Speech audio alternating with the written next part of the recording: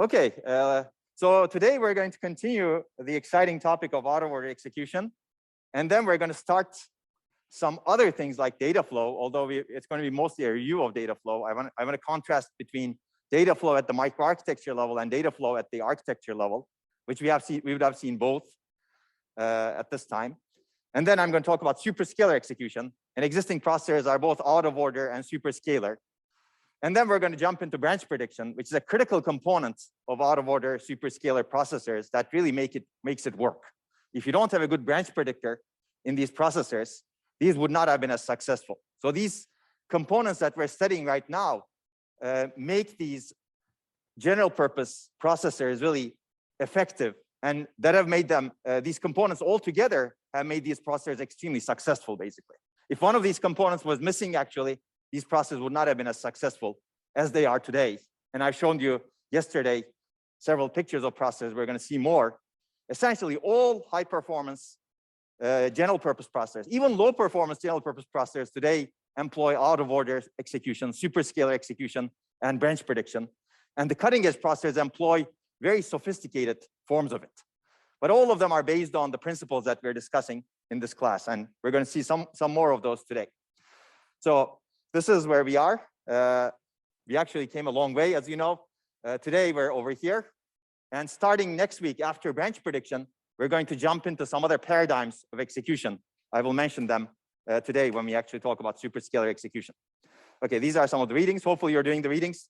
As I mentioned, this proceedings of the IEEE paper, Microarchitecture of Superscalar Processors, is a good companion reading to what we're doing.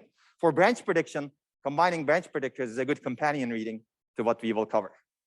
Okay, so I want to wrap up out of order execution. Part of the yesterday's lecture, I'm going to cover it again, relatively quickly, hopefully, just to jog your memory. But essentially, this is what's used by modern out of order processors, almost all modern out of order processors. They use a reorder buffer to support in-order retirement of instructions because they're going to execute instructions out of order.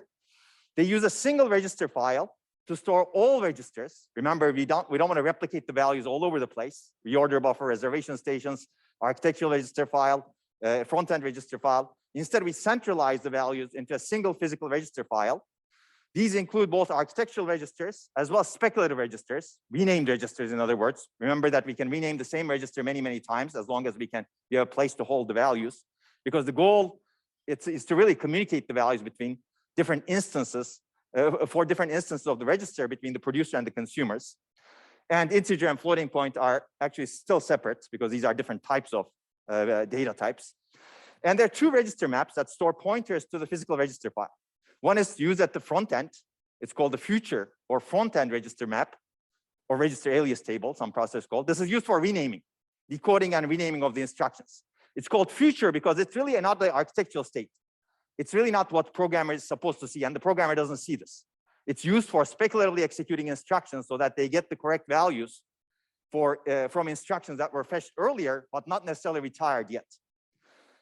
So this map is just a pointer. It points from architectural register to the physical register definition, the latest physical register definition of that architectural register.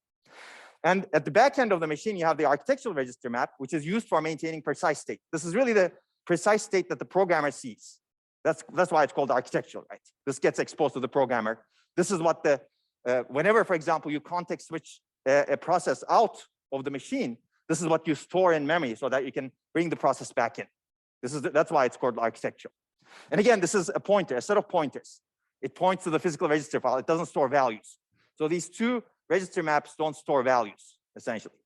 So having this design, in addition to supporting out-of-order execution and precise exceptions at the same time, it also avoids value replication that may happen all over the place. And this was the slide that I showed you in yesterday's lecture. Remember, these are, well, I don't show the value replication here, but I show the centralized version. This is the physical register file. It's our centralized value storage. The front-end register map has pointers to the physical register file, which basically points from each architectural register, where is the latest value of that architectural register stored, or where is it going to be stored? This is actually the rename map also. It's also called a rename map. And the architectural register map over here stores where is the architectural value of this architectural register. And it's in the physical register file, but it's the architectural value, meaning it's the committed value.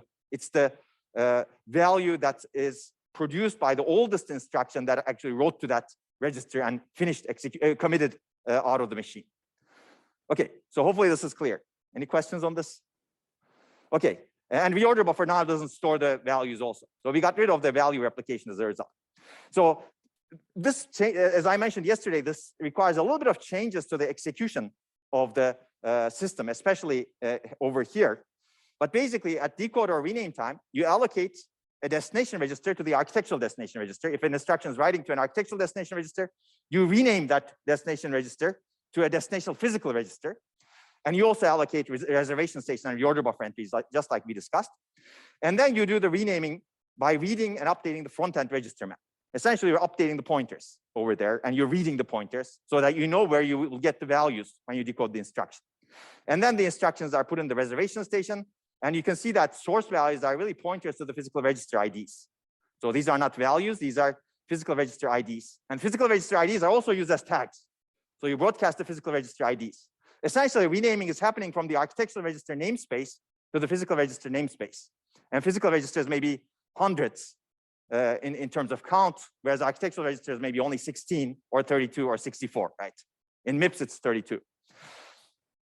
Okay, before, and everything happens in data flow order, as we discussed. An instruction wakes up when both of its physical registers are ready. So there needs to be bits over here that keep track of the readiness, as we discussed in the last lecture. When an instruction wakes up, it basically accesses the physical register file using the physical register IDs of the sources to get its source values. And then it goes into the execution unit. So basically, physical register file access happens after an instruction wakes up to get the latest result. And then the instruction goes into the execution unit with its source values, as well as a tag, which is the destination physical register. It produces an output value. And it produces, well, it already has the destination physical register, which is the tag. It broadcasts both back into all of the machine, and all parts of the machine that's waiting for this destination physical register ID captures the value that's broadcast and makes the source ready. And if both of an instruction sources are ready, again, that gets scheduled in the next cycle. So after execution, after an instruction finishes execution, it accesses the physical register file and writes the results. Basically, it writes the value that it produces to the destination physical register in the physical register file. So it doesn't update the maps at that point. And then when an instruction becomes the oldest and it's ready to retire without exceptions, it updates the architectural register map with the destination physical register. So basically it says, this is the point I'm finishing execution. I already wrote my result into the physical register file. And my architectural register is actually register 3. Now register 3 is going to be pointing to this place where I wrote my result in the physical register file. And this tells that that result becomes architectural at this point, when that instruction is retiring, basically committing. So these are the small changes that you need to make to the pipeline to centralize the value storage, and everything becomes renamed into the physical registers. Any questions? This is a review of yesterday, because I kind of went through this relatively fast. And this is essentially how things work in many processors. So if you look at this right-hand side over here, NetBurst is a Pentium 4 microarchitecture. Essentially, they have a reorder buffer, as we discussed. They have a register file. This should really be called the physical register file. But they call it the register file because there's no other register file, in a sense. Registers are stored only here. So it's not incorrect what they're doing, because everything else is pointers to the registers. So they have the front-end register alias table, front-end map, that points to the rename values or speculative values here. And they have retirement path, which is really the architectural register alias table, which points to the architectural values of the registers. And as I said yesterday, if there is an exception or a misprediction, to recover to the architectural state so that you can start from the correct state, you flush the pipeline and you basically copy the architectural register alias table to the front-end register alias table to make sure that you're starting from the architectural state again. Because remember, exceptions are handled when the oldest instruction has caused an exception. It's not speculative. At that point, this retirement rat or architectural register map points to the architectural state. So you know exactly what your state is at that point. You know the pointers to your state at least. And if you actually copy it to the front end, you make sure that any instruction that's fetched after that sees that state.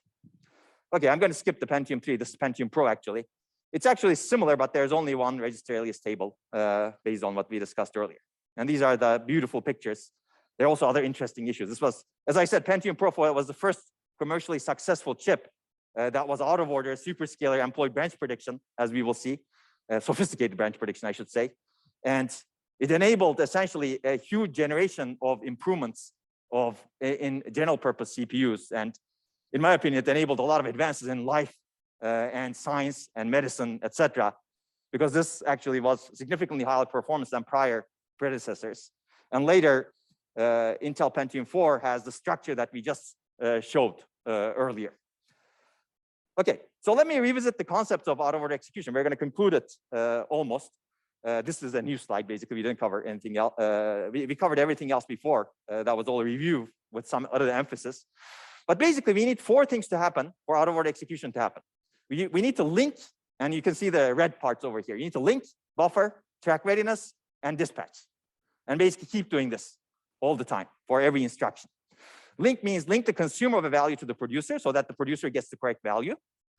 This happens via register renaming. You associate a tag with each data value.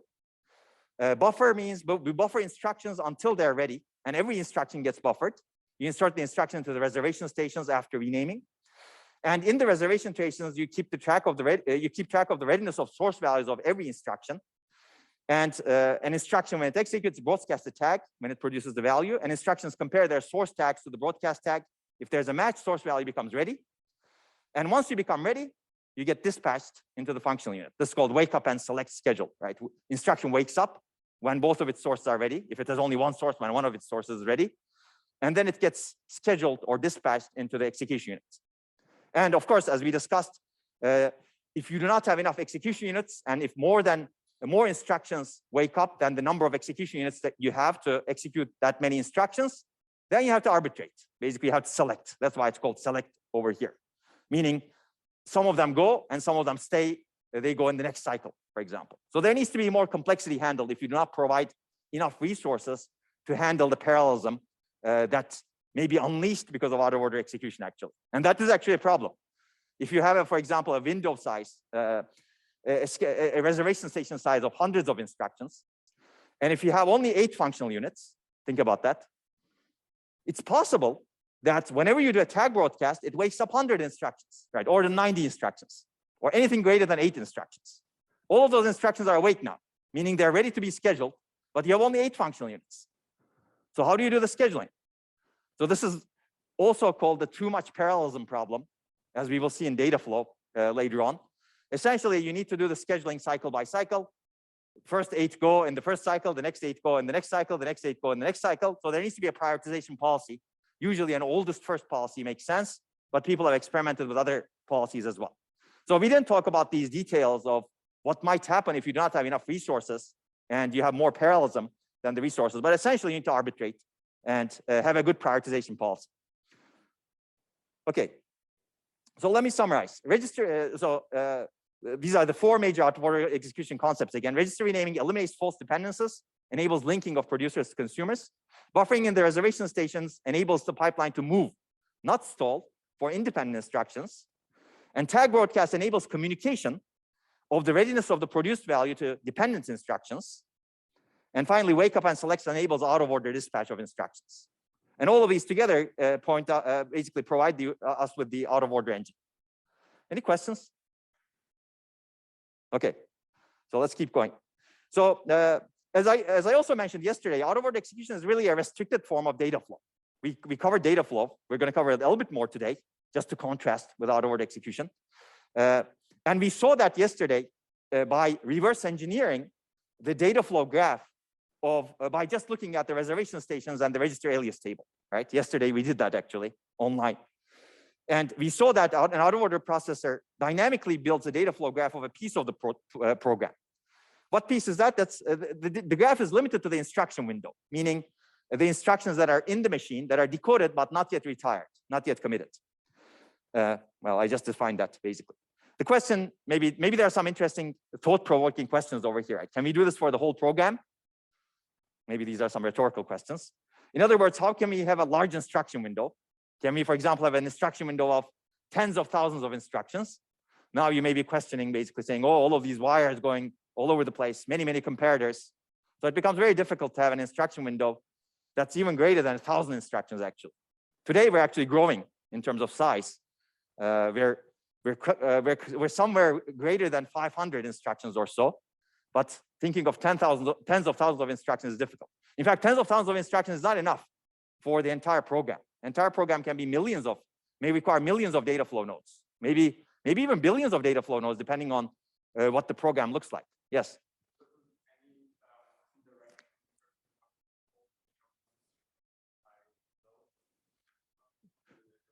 You mean branch prediction? You mean branches? Yes, we will handle that. Basically, if you have a mispredicted branch, you need to flush the entire machine. Yes.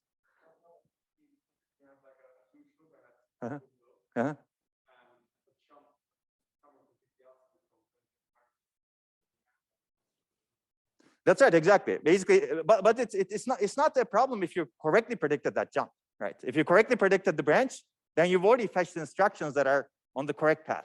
But if you're mispredicted, yes, you get rid of all of the work that you've done. And that's why the next lecture that's going to happen in the next hour here is going to be on branch prediction.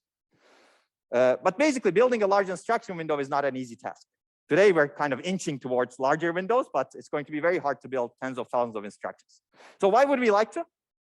Why would we want to have a large instruction window? Anybody? We briefly discussed that yesterday also. Think memories, think latencies, for example. If you have long latency instructions, this is the way to tolerate the latencies, right? You don't want to stall for tens of thousands of cycles. You want to do useful work while stalling. And this is, again, kind of the answer that can we do it efficiently with Thomas Sowell's algorithm that we saw yesterday? And the answer is you need to make it very efficient. But with this algorithm, it's not very easy to scale up to tens of thousands of instructions. OK, so this is just to jog your memory, basically. I gave you this picture. This picture basically shows the state of the machine in cycle 7. And by looking at this picture, you can draw the data flow graph for the executing code. And with some additional information, you can provide the executing code in sequential order as well. So basically, you can reverse engineer the data flow graph as well as the sequential instruction stream. And your homework will have a lot of exercises like this. And in the exam, you may expect some exercise like this. And this is, as you saw yesterday, this was relatively easy. And it just basically shows that you understand what's going on in the machine. OK, and this is the data flow graph that corresponds to that state that I showed you earlier. OK, so some more questions that I will go through relatively quickly. I think we covered this actually. But out-of-order execution is beneficial because of latency tolerance. It tolerates the latency of multi-cycle operations by executing independent operations concurrently. So if all operations take a single cycle, this actually doesn't provide much benefit to you. Think about this. I kind of answered this question already, but think about all operations take a single cycle. They basically finish right away. And out-of-order execution, you don't have time to really schedule anything, right? This makes sense when some operations are, I don't know, 4 cycles, some operations are 5 cycles, some operations are 1 cycle, some operations are 100 cycles. Again, if an instruction takes much longer, you need a larger instruction window to ensure that you do not stall. Meaning you need to have the buffer sizes, you need to have large buffers, the reservation stations, reorder buffers, physical register file, to make sure that you do not stall. Right? And you can do some calculations, for example. If an instruction takes 1,000 cycles, and if you're fetching 1 instruction per cycle, which we're going to change, then to make sure that you do not stall, you need a window size of 1,000 instructions, basically. Okay, give or take. I mean, depending on the pipeline structure, it could be 998 instructions. Fine. Approximately 1,000 instructions, basically. And that's a lot, basically. And today, actually, you may have latencies that are much larger than 1,000 cycles, depending on the queuing delays, et cetera, you have in memory. And this becomes actually even worse if your machine has the capability of fetching more than 1 instruction per cycle, which is called superscalar execution, as we will examine. Then, in order to tolerate this latency, you have 1,000 cycles, you're waiting for 1,000 cycles, and you have the capability of fetching 8 instructions per cycle. And if you do not have a window size of 8 times 1,000, approximately, you basically are going to stall at some point. Okay, so yeah, I think this is a rhetorical question also. So what limits the latency tolerance scalability of Thomas Sowell's algorithm? It's really the instruction window size, if it wasn't apparent. How many decoded but not retired instructions you can keep in the machine? And this is really this is really a function of reorder buffer size as well as the physical register file size. These structures are sized separately, but any of them can cause a stall. essentially. And also the reservation stations. Yeah, I should not ignore, you should not ignore any of those components: reorder buffer, reservation stations, and physical register file.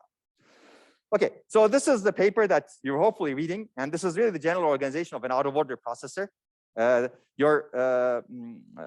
I would suggest reading it. You can see that. What do I want to point out over here? You can see that there's decoding, renaming, and dispatch over here.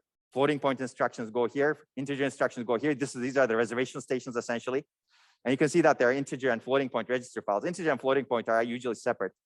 And you can see that there's a reorder and commit, essentially a reorder buffer over here. Okay, and many processors are actually similar. So this is Intel Pentium 4, for example. It's not a great picture maybe, but it actually shows you how the instructions flow. Register renamer, and then you have integer, they get distributed into memory, integer, floating point. And you can see that there are different schedulers over here in the reservation stations. So UOP queues over here are really reservation stations. Actually, schedulers are reservation stations, sorry. And then you go through the register files, you read the register sources, and then you go into the functional units. And then you can see that there are bypass paths also. So these put together everything that we have discussed in this course.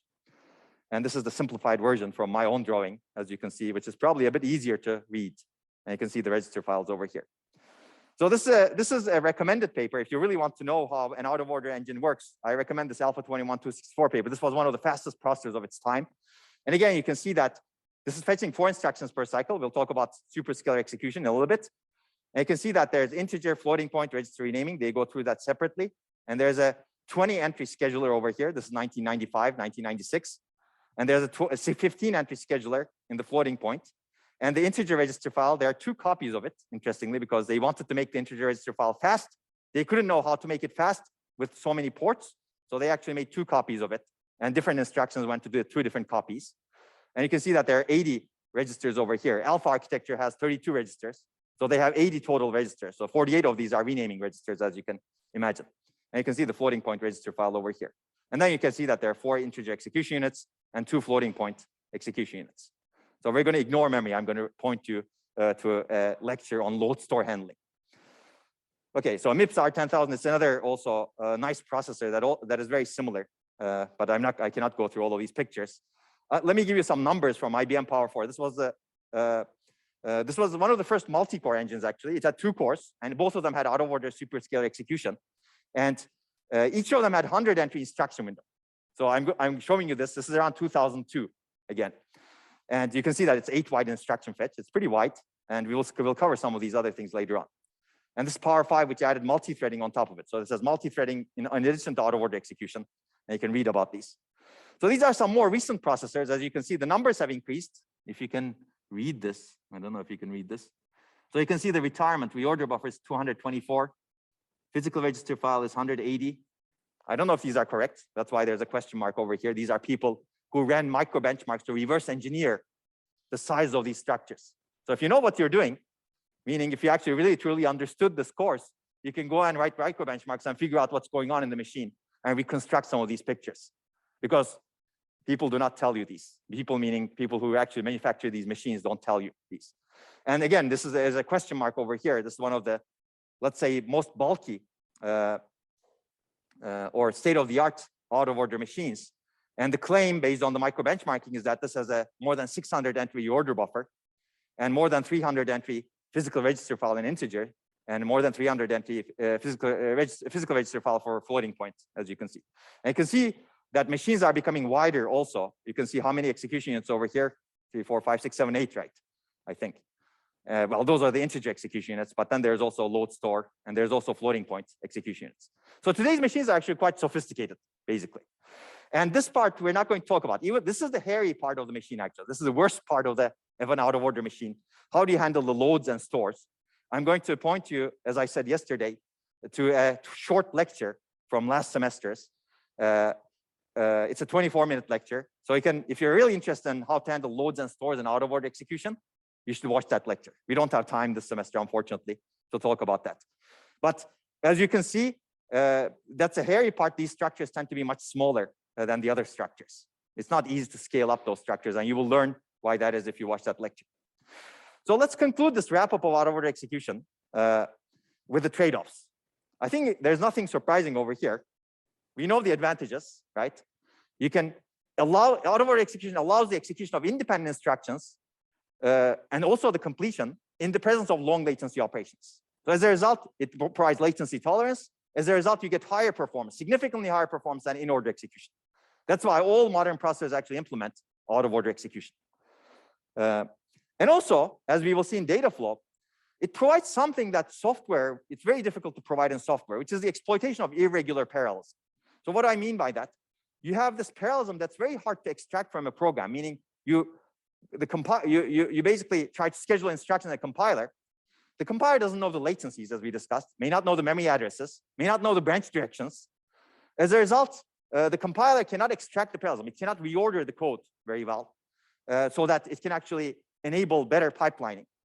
But out-of-order execution dynamically finds these dependencies, right? It basically decodes every instruction and figures out which one can execute when. It doesn't matter what the latency is. Whenever the result is available, dependent instructions can execute. You don't need to really know the latencies because the machinery is built in to actually figure out when the dependents can execute.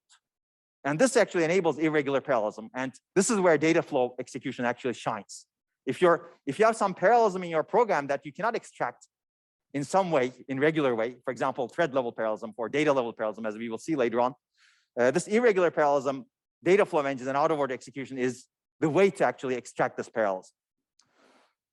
Okay, so we will also see systolic arrays, for example. That's another form of regular parallelism that's used in machine learning accelerators today.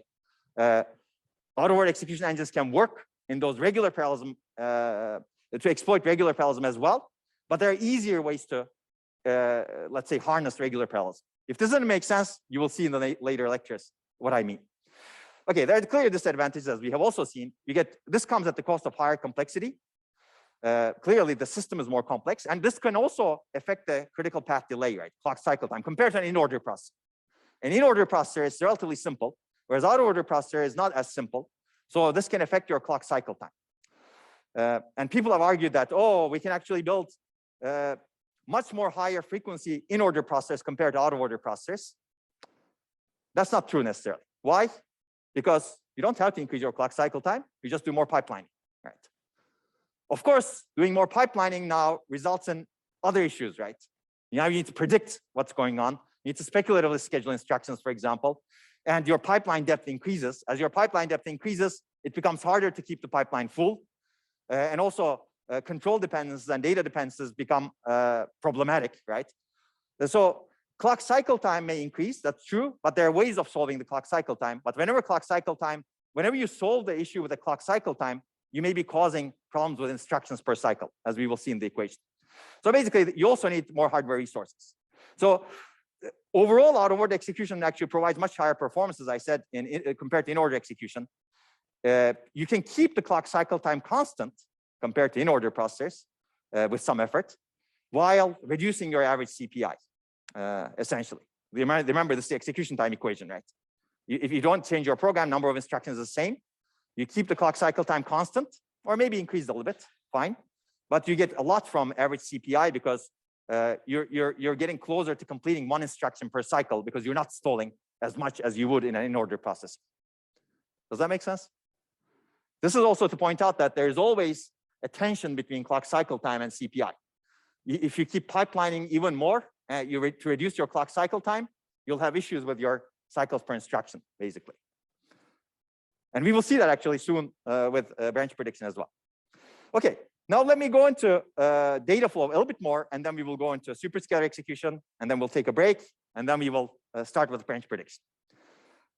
Okay, so this is also an outline of what will come next in the next few weeks in these lectures before we jump into memory. So I'm going to very briefly cover Dataflow at the ISA level, and then we're going to cover superscalar execution today. And after branch prediction, we're going to cover some other execution paradigms, which are actually quite interesting and exciting, as we will see. So Dataflow, this is just a review. So I'm going to go through some of this relatively quickly. I call it also exploiting irregular parallelism, as I mentioned earlier. Basically, out-of-order execution engine is a restricted Dataflow engine. Why is it restricted? Because it's not a full Dataflow machine, right? It's still taking von Neumann programs, sequential programs, and extracting a Dataflow graph out of it to execute things out of order and get some benefits. And this is, again, a reminder. So just to summarize Dataflow, again, availability of data determines the execution order. It's not when you fetch an instruction. It's the availability of data that determines an execution order. And a data flow node fires when stores are ready, and programs are represented as data flow graphs of nodes. So an out-of-order execution engine does this internally, but programmer doesn't need to deal with data flow graphs, basically. So that's the difference between an out-of-order execution engine and data flow at the ISA level. Data flow at the ISA level has not been as successful. In fact, you can safely remove that as also. People have tried very hard to come up with data flow ISA so that the programmers actually write programs in terms of data flow graphs, for example. But this requires a lot of changes to the software stack, basically. So von Neumann model was already quite popular by the time data flow ideas were actually coming about. So von Neumann proposed architecture in the 1940s, and a lot of the machines were built after that based on the von Neumann model, sequential execution.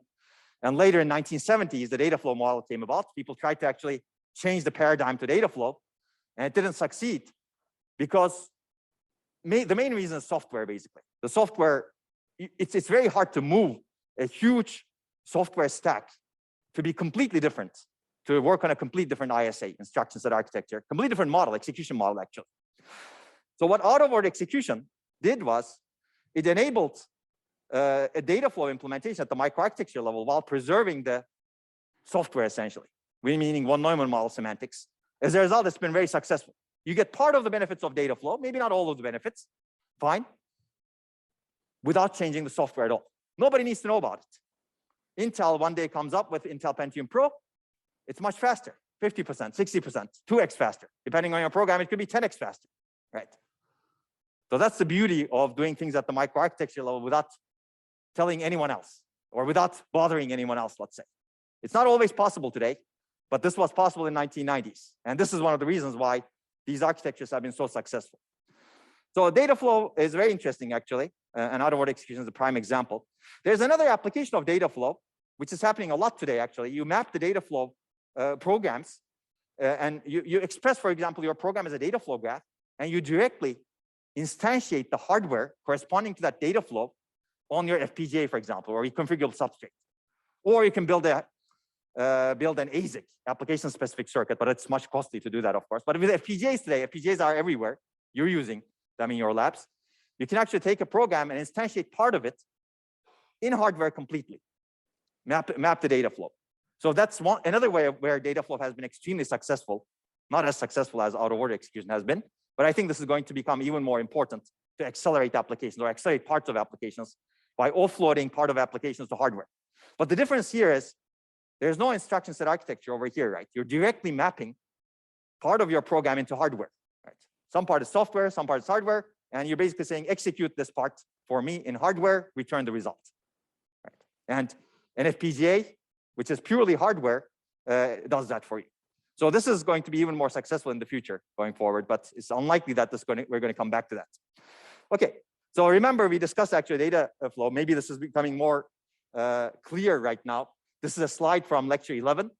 And we said that, do you want a program counter in the ISA? If you say yes to that answer, then your execution model is more like von Neumann. If you say no to this question, then your execution, one possible execution model is data-driven data flow model, right? And the trade-offs are many high-level ones. Ease of programming we discussed for the average programmer. It may be because of nature or nurture, training or birth, let's say, or genetics, I don't know. But regardless, somehow von Neumann model seems to be easier to program for average programmers. It may be because of history also, right? Which is really nurture again. Ease of compilation, there are compilation issues in data flow engines also. Performance, which one's better performance? So out-of-order execution is nice because it keeps the programming, easy programming of von Neumann model while extracting the performance of the data flow, right? And it comes with hardware complexity, but it doesn't come as high as data flow engines themselves, or if you actually implement the data flow at the ISA level. Okay, let's wrap this up by talking about the disadvantages and advantages of pure data flow. When I mean pure data flow at the ISA level. So clearly, this is very good at exploiting irregular parallelism, as we discussed. Only real dependencies constrain processing, and more parallelism can be exposed on von Neumann model. And out-of-order execution actually extracts some of this by building the data flow graph internally, but not all of it. Because if your entire program is data flow, And if you somehow put it onto a data flow machine, somewhat like out-of-order execution, but it doesn't have the von Neumann parts, then that machine can be actually extremely powerful. Because think about a huge data flow graph that you put in, and there could be thousands of instructions that can be executed in parallel at any point in time, right? But of course, you need to provide the hardware resources to execute those instructions as well. You're not limited by sequential execution at all. There's no renaming you need to do. Think about that.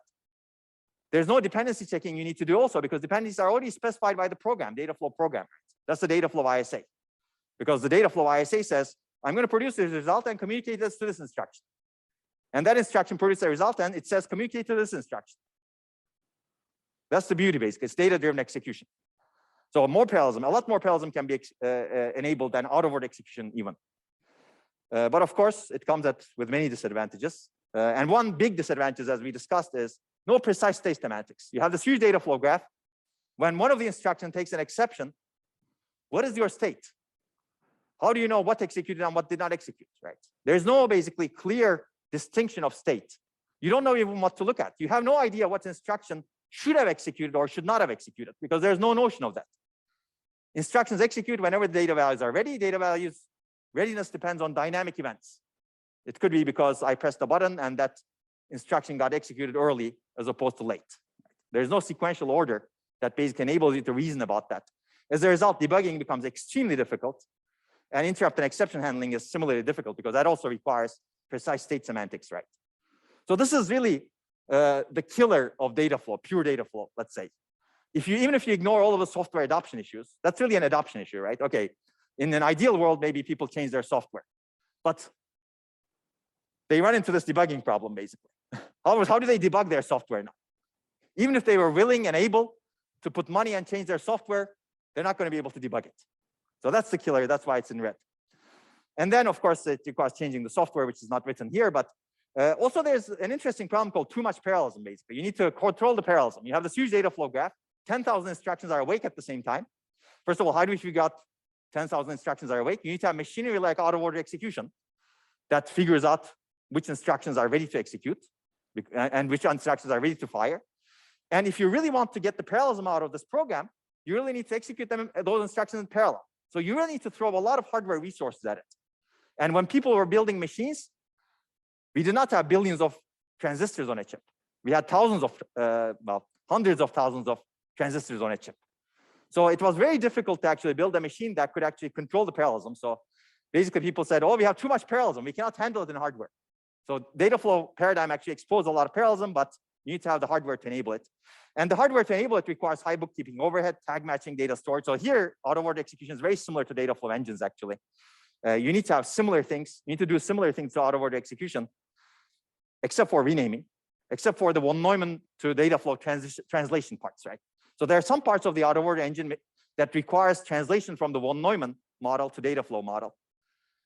You get rid of the von Neumann parts, but the tag matching parts, like which instruction is going to be ready, you need to still figure out which instruction is going to be ready and when it needs to be scheduled. And you need to have execution units to schedule them. Okay, so that leads to high bookkeeping overhead stuff. And there are other programming issues which people have tried to solve, and I think at some point it's solvable. How to enable mutable data structures. If you think about data flow, pure data flow is really about communication of values. You really build a data flow graph. You don't think about storing a value somewhere. So mutable data structures, like databases, for example, become a problem. Doing transactions on data structures become a problem. There are solutions to these. So that's why it's lower on the list and it's not red. But the solutions need to be developed to actually become, to make this a much more general purpose model. So fundamentally, data flow is about communication of values. It's not about storage of values. So this brings us to the memory side as well. Okay, there are other issues also that I'm not going to discuss over here. Any questions? Okay, so this is again another slide from lecture 11. Basically, ISA level, if you change the ISA, your idea may not be very successful. That's data flow at the ISA level. But if you actually change the microarchitecture without changing the ISA, it may become much more easily adoptable. And that's what out-of-order execution is. Because it enables the programmer to see the order specified by the, let's say, dominant ISA, which is, well, dominant execution model in this particular case, which is the von Neumann model, right? The programmer doesn't need to bother, and you get higher performance. Okay, so I'm not going to talk more about data flow, but there are actually really interesting work that has happened in the field. And this is the first paper is a seminal paper on data flow, that architectures that introduces data flow. And there are many other machines that were built. And if you're really interested, I'd recommend you take a look at videos. And this is one video. So you may actually wonder how loops are done, how function calls are done in data flow. And this picture over there shows that, but you have to watch the video to really figure that out. Okay, any questions? Hopefully this is all clear. Okay, so now let me spend the next 10 minutes talking about superscalar execution, and we're going to take a break. Superscalar execution is actually a very easy idea, let's say. You can guess from the name, right? It's not scalar, it's superscalar. I don't know. Anybody guesses that? Scalar means not vector. Basically, you're operating on single values. Superscalar, somebody said, okay, it means you're operating on multiple values. Basically, you're doing multiple things at the same time, multiple instructions at the same time. Okay, so that's what it means. So basically, the idea is very simple. You fetch, decode, execute, and retire multiple instructions per cycle. The key here is fetch. You need to have balance, basically. You cannot just decode multiple instructions. You cannot just execute. You cannot just retire. If you don't fetch more than one instruction, you cannot finish more than one instruction per cycle on average. There may be cycles you can finish more than one instruction per cycle because of auto execution, but on average, you cannot do more than one. If you want to do more than one on average, then you need to fetch more than one. And you need to have a balance in the pipeline to make sure that you finish more than one. And that's the idea. This is called Flynn's bottleneck, basically. You need to have balance and ensure that you fetch more than one. So basically, n-wide superscalar means you fetch, decode, execute, retire n instructions per cycle. But parts of the machine can be wider internal, as we saw in the pictures, right? Some of the, like the Apple Firestorm had, I think, total of maybe 12 execution units or maybe more execution units, even though it's not fetching 12 instructions per cycle. Because sometimes you have more parallelism enabled, unleashed by out-of-order execution internally, right? More instructions become ready at a given point in time because of the dependence change in the data flow graph. Okay, so to be able to do this, clearly you need to add the hardware resources for doing so. And meaning, if you want to fetch multiple instructions per cycle, you need to replicate the pipeline, right? One instruction goes through this pipeline, the other instruction goes through this pipeline. If they're totally independent, they don't need to communicate. But life is not that beautiful, meaning they may be independent, they may be dependent. So one of the instructions that you fetch that's older can be producing a value that a younger instruction that you fetch in the same cycle. So you need to detect that dependence, basically. And this is what makes it more complicated than what we have seen so far.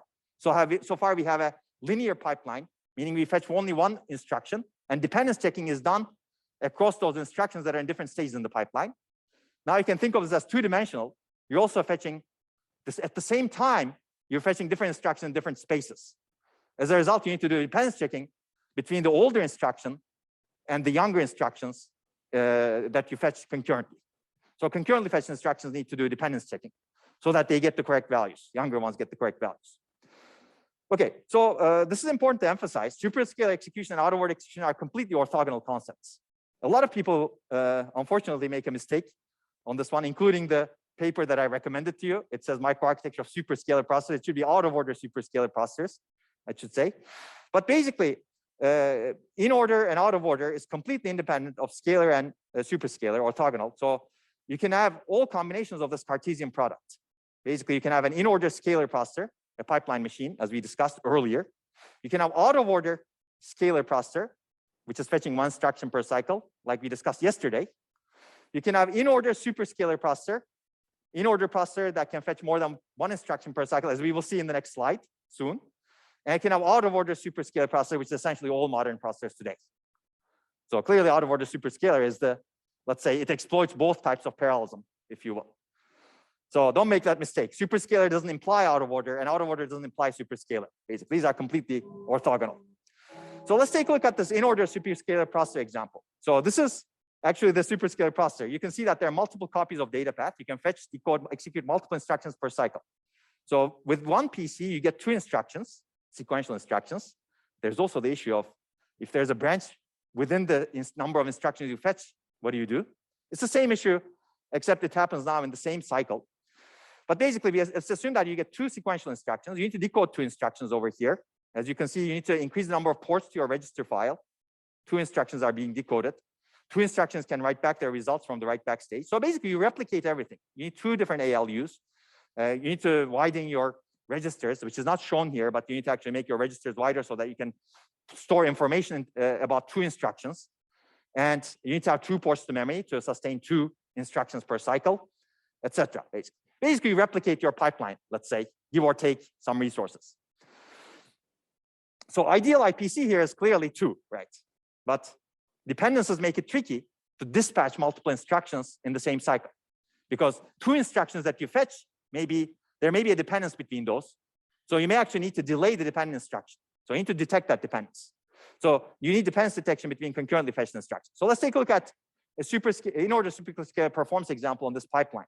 So ideal IPC is 2, and here you actually exploit the ideal IPC because all of the bundles, let's say 2 instruction bundles, are independent of each other. Each of the instructions that you fetch in the same cycle are independent of each other. So hopefully here you should really get 2 IPC instructions per cycle, and you can basically look at that. This is from your book. You can also read your book if you're interested in this. But when you have a dependence, you have a problem. Basically here we have a load followed by an add. If you remember the 5-stage pipeline that we developed, you have to stall because load did not produce its value yet. So add needs to wait. So basically there needs to be a stall in this one. So you basically did not exploit the superscalar execution capabilities because one of the things that you fetched cannot be executed in this cycle. And that basically caused a problem. And eventually your IPC becomes 1.2. You finish 6 instructions in 5 cycles. Okay. I'm going through this relatively quickly because it's very similar to pipelining, except it's happening. You're fetching 2 instructions per cycle as opposed to 1 instruction per cycle. We've already seen dependencies in pipelining. Now you can fix this problem again. You can say, oh, I'm the compiler. I can reorder the instructions to get IPC2. And I'll let you think about it. You can actually do this in this code. So the realization is that the OR and store word instructions are actually independent of the other 3. And the problem was caused by load word and add. If you can move these instructions before the load word without causing trouble, and I believe you can do that because without even renaming the registers at the compiler level, I believe you can move these instructions to the top, then you can go back to IPC equals 2. But that may not always be possible, as we discussed, right? Compiler may not always be able to reorder instructions. Okay, so this brings me to the fact that you can employ all of these data flow handling methods in superscalar processors as well. Superscalar processor is just a scalar processor. It's fetching multiple instructions per cycle, but it's more complicated. So clearly the advantage is you get higher instruction throughput because you can increase your IP instructions per cycle to more than 1, right? If you fetch 8 instructions per cycle, ideally, hopefully you should be able to retire 8 instructions per cycle. Of course, data dependencies and control dependencies will not allow you to do that. On long latency operations will not allow you to do that, right? But theoretically, you will be able to. And some piece of code you will be able to actually. But the disadvantage, again, is very similar. Higher instruction per cycle is not necessarily faster performance because you need to also take into account clock cycle time, right? As we discussed. You cannot just say, I get higher instruction per cycle, that's great, my performance has improved. What happened to your clock cycle time is also important. And this may be actually difficult. This becomes difficult with superscalar execution because you now have higher complexity for dependence check. You need to check dependence between concurrent instructions. Let's assume that you're fetching 8 instructions per cycle. The oldest instruction may actually supply the value to all of them. The next oldest instruction may supply the value to the next 6 ones. The next instruction may supply the value to next 5 ones. The next instruction may supply the value to the next 4 ones. So now you keep there's a potential serial dependence that may happen between those 8 instructions. And you need to ensure that all of the dependencies are obeyed between those 8 instructions. And that becomes actually a complicated circuit. If you want to do it in a single cycle, your clock cycle time may increase. If you want to divide into multiple cycles, now you have the trade-off that you're deepening your pipeline and your data and control flow dependencies become more expensive. Register renaming becomes more complex in out-of-order process. If you want to design an out-of-order process that's super scalar, you don't need to just check for dependence, but you need to rename the registers. 8 instructions per cycle. How do you rename all of them concurrently, right? You need to update the register file, register map 8 times in the same cycle. You need to read 16 values out of your register map in the same cycle. Now, the good thing is you have a register map and another register file. So hopefully it's simpler, but still dependence checking combined with renaming complicates the out-of-order machine even more because you're not doing it for 1 instruction now, you're doing it for 8 instructions and maybe 16 instructions going into the future, right? And as a result, your critical path delay potentially lengthens and your clock cycle time may be affected. And you may solve that problem with additional hardware, meaning additional stages. And clearly more hardware resources are needed because you need to replicate your pipeline, right, for superscalar execution. So all of the said existing processors are out of order and superscalar, as we discussed, right? So this is your paper that assigned reading. It talks about out of order and superscalar processors, and we already covered some of these processors. I guess let me pick one. So you can see, for example, there's 8-byte fetch over here. So the person was not able to complete the reverse engineer the front end. As you can see, they say here be dragons. Maybe dragons exist over there potentially, but maybe you're able to reverse engineer. But this is an 8-byte engine, presumably, and it has a large instruction window. So it's out of order superscalar, as you can see. Okay, that brings me to the end of this part. But as I said, we did not cover the most hairy part of out of order execution, which is load store handling. I'll leave that up to you to watch. And I think you will appreciate the complexity even more when you actually see this. Any questions before you take a break? Okay, so let's take a 10-minute break right now. Let's come back 2 minutes after the bell, and then we will start with branch prediction. And feel free to ask questions when we come back.